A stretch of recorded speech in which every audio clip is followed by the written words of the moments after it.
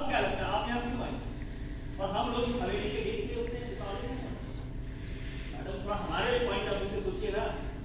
Mister Rana sir, मैं आप ही के पॉइंट ऑफ व्यू से सोच रही हूँ। कोई पॉइंट ऑफ व्यू से नहीं सोच रही है आप।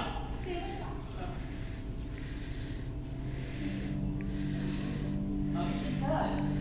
ये मेरे कहने नहीं भाभी मैं नहीं रह सकता। भाभी आप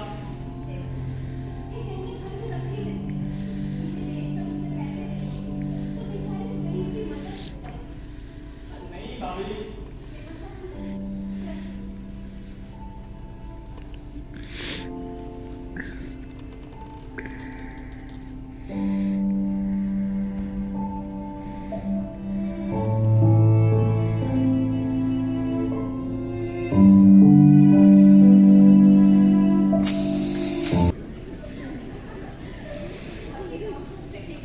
अरे मेरे साथ बहुत बहुत मेहरबानी मेरे साथ बहुत बहुत मेहरबानी। नहीं नहीं, इसमें मेहरबानी की कोई बात नहीं है। अच्छा एक बात बताओ, तुम उन पैसों का क्या करोगे? मेरे साथ जब मेरा ऑपरेशन हो जाएगा ना और डॉक्टर साहब मुझे छुट्टी दे देंगे तो सबसे पहले देवी माता के मंदिर में जाकर पूजा करवाऊंगा और आप लोगों के लिए आशीर्वाद मांगूंगा। अरे नहीं, हम तो सिर्फ इतना चाहते हैं कि तुम्हारे फादर की आंखों का ऑपरेशन हो जाए और तुम्हारा घर बन जाए। नहीं नहीं मेरे साथ हमारी तो इच्छा है कि सबसे पहले मालिक ठीक हो जाए फिर से चलने फिरने लगे, बाकी सब तो तकदीर का खेल है मेरे साथ।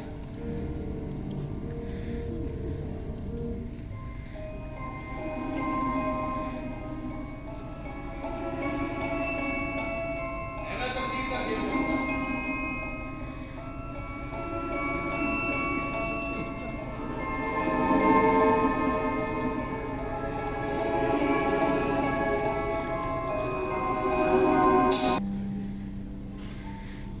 वो डॉक्टर आज से फोन करने वाले हैं फाइनल चेकअप के लिए। अगले महीने ऑपरेशन को मंजूरी मिल जाएगी और फिर ऑपरेशन की तैयारी। लेकिन ये बिल का गायब किधर हो गया? उस एजेंट से कुछ कांटेक्ट हुआ क्या? हाँ मैंने तो उसे खुद कुछ पता नहीं। हे भगवान, हे भगवान, अब तू ही मुझे इस मुसीबत से निकाल। इन लोगों को तो उनकी जान लेकर ही चैन मिलेगा। उठा ले, पहले उन्हें और फिर मुझे। उनकी भी चटनी हो जाए मेरी भी।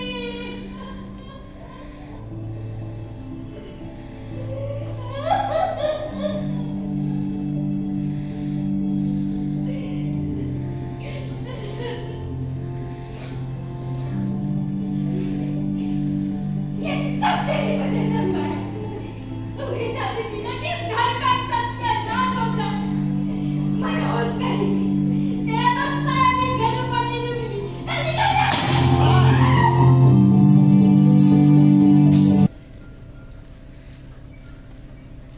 अब तो वो कहना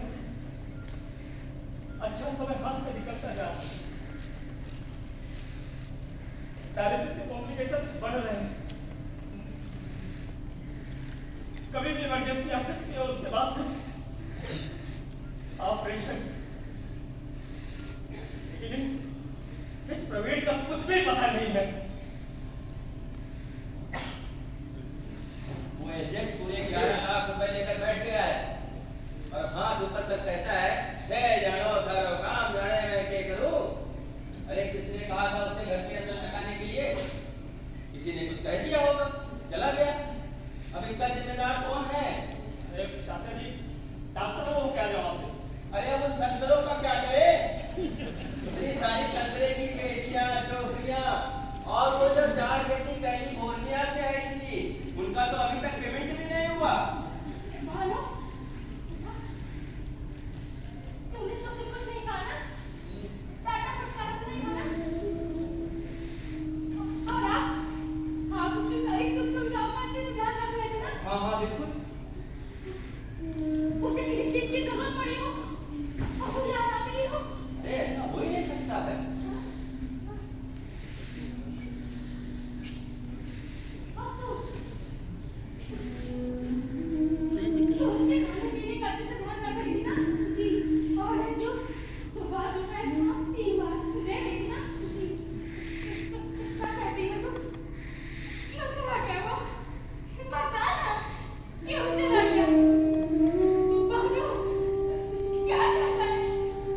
क्यों चला गया? अरे माँ क्या पागलपन लगा रखा है, एक ही सवाल बार बार पूछे जा रही है।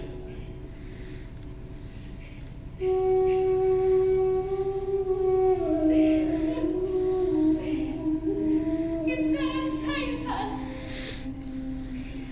देवी माँ का भक्त था, पैसों का जरा भी लालच नहीं था। देखना, भाई साहब ने उसे पूरे 5,000 रुपए दिए, लेकिन उसने लौटा दिए मेरा भाई साहब। हाँ लौटा दिए। तो वो क्यों चला गया? सब कुछ इतने अच्छे से जा रहा था, अब सब बर्बाद हो गया। सब दुश्मन बने होंगे।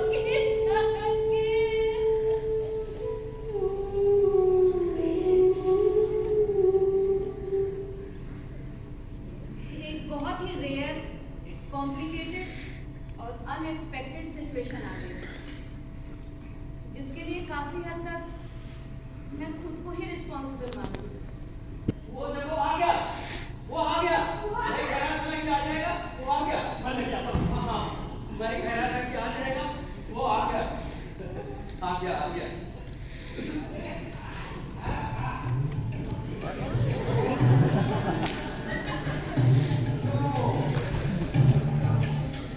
आप समझा दो ना पिताजी को। हाँ। तुमने कहा तो 1 हफ्ता और रुके, फिर मैं जब वापस आऊंगा सब ठीक है। चिल यार, परेशान होने से क्या होता है? पिताजी को बोल दो जितना भाग्य में लिखवा के आए उससे ज्यादा नहीं। ये बात उनके गले से शीशे की तरफ कर जाए। हाँ। ओके।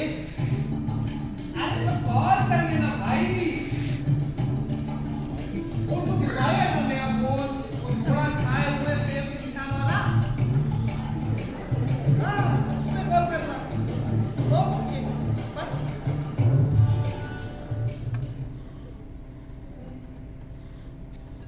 मालिक, मालकिन, आप लोग ऐसे चुपचाप क्यों खड़े हैं? सर ऐसे इतना टेंशन में क्यों आप लोग? कहीं आप लोग ये तो नहीं सोच रहे थे कि प्रवीण अब कभी वापस ही नहीं आए? यही सोचा था ना, यही सोचा था ना? नहीं नहीं, ऐसा कुछ नहीं सोच रहे थे। अरे बालू, जी चाचा। वो कौन था जिसने फिल्म देवदास बनाई थी? कहीं उसने तुझे अपनी नई फिल्म में साइन तो नहीं कर लिया? क्या चाचा जी, हम जैसे को कौन देता है फिल्मों में काम? चाचा जी क्या है ना, वो ताजमहल में एक नई फिल्म बना जिसमें उसे मिस्त्री चाहिए मार्बल काटने के लिए। अच्छा अच्छा। देख रहे हो आपकी कैसे मेरा मजाक बना रही हो? कहाँ चला गया था तू? आपकी हाँ, मैं देवी माता के मंदिर गया था। एक एकादशी के दिन मंदिर जाऊँ ऐसी मन्नत मांगी थी मैंने। कैसी मन्नत? मालकिन, मैंने एक सपना देखा। हाँ सपना, सपने में मैं पोपट हो गया। क्या? तेरा पोपट हो गया था? नहीं नहीं नहीं, मैं पोपट में परिवर्तित हो गया था। हरे हरे पंख, लाल चोंच। मालकिन मैं सपने में ही इतना कर गया था कि मैंने देवी माँ से मन्नत मांग ली कि हे देवी माँ, अगर मैं वापस इंसान बन गया तो मैं 108 नारियल एकादशी के दिन आपके मंदिर में चढ़ाऊंगा। मुझे देवी माता ने दर्शन दिए सपने में। और जानती हैं मालकिन क्या कहा? उन्होंने कहा, ए प्रवीण, ए बेवकूफ, समझ, मतलब समझ इस सपने का कि मैं समझाऊं। समझाया नहीं सपने का मतलब? हाँ मालकिन समझाया ना। वो कहने लगी प्रवीण, बेटा वो कहानी जानता है, इसमें एक राजा की जान एक पोपट के अंदर होती है। जब पोपट गिरता है तो राजा को तकलीफ होती है। जब पोपट को कुछ भी होता है तो राजा की आंखों में आंसू आ जाते हैं। जब पोपट का गला घोटता तो समझ में आया? आपको कुछ समझ में आया? मेरी भी कुछ समझ में आई। तो मैंने देवी माँ से कहा कि माता समझाइए। तो उन्होंने कहा बेटा रवि, पोपट जिस शरीर शरीर में तू अपने मालिक की जान लेके घूम रहा है, उसकी देखभाल करता है कि नहीं? मैंने कहा अरे तेरी माँ, करता हूँ, बिल्कुल करता हूँ। दिन में 3 टाइम ऑरेंज जूस पीता हूँ। कहने लगी अच्छा वो तो तू पीता है, लेकिन खाने का क्या करता है? मैंने कहा अरे तेरी मालकिन जो देती है वो खा लेता हूँ। तो देवी माँ कहने लगी अरे ऐसे काम नहीं चलेगा, ऐसे शरीर की देखभाल नहीं हो पाएगी, अपनी पसंद का।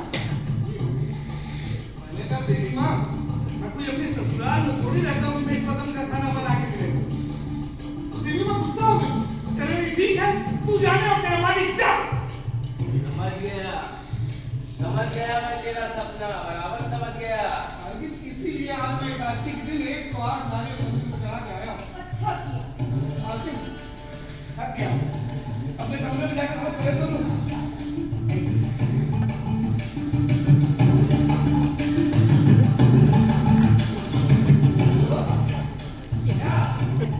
समझ गया। ये नए कपड़े, हाथ में सिगरेट का पैकेट, मोबाइल, कहीं इसने घर में हाथ तो नहीं मार दिया? हाथ मारा हो तो भले मारा। जो कर लो बात, मारा हो तो भले मारा हो, अब भाई कुछ कह भी नहीं सकते। तो पहले से संभाल के रखते ना तो हाथ नहीं मार सकता था। अब उससे कुछ कहते बल्कि बात को ना बिगाड़ दीजिएगा। ठीक है, आप कहती हैं तो मैं कुछ नहीं कहूँगा उससे। अब तुम लोग भी कान खोलकर सुन लो। ऑपरेशन के अब कुछ ही दिन बच रहे हैं। इस बीच से कोई छड़ेगा नहीं। अगर किसी ने उसे डांटा फटकारा या उल्टा सीधा कहा और वो यहाँ से चला गया और उनकी जान को कुछ हो गया ना, तो उस इंसान की मत से 2 जीवों की हत्या का पाप चढ़ेगा, क्योंकि मैं भी अपनी जान दे दूंगी। अरे माँ, ऐसा क्यों बोलती हैं आप?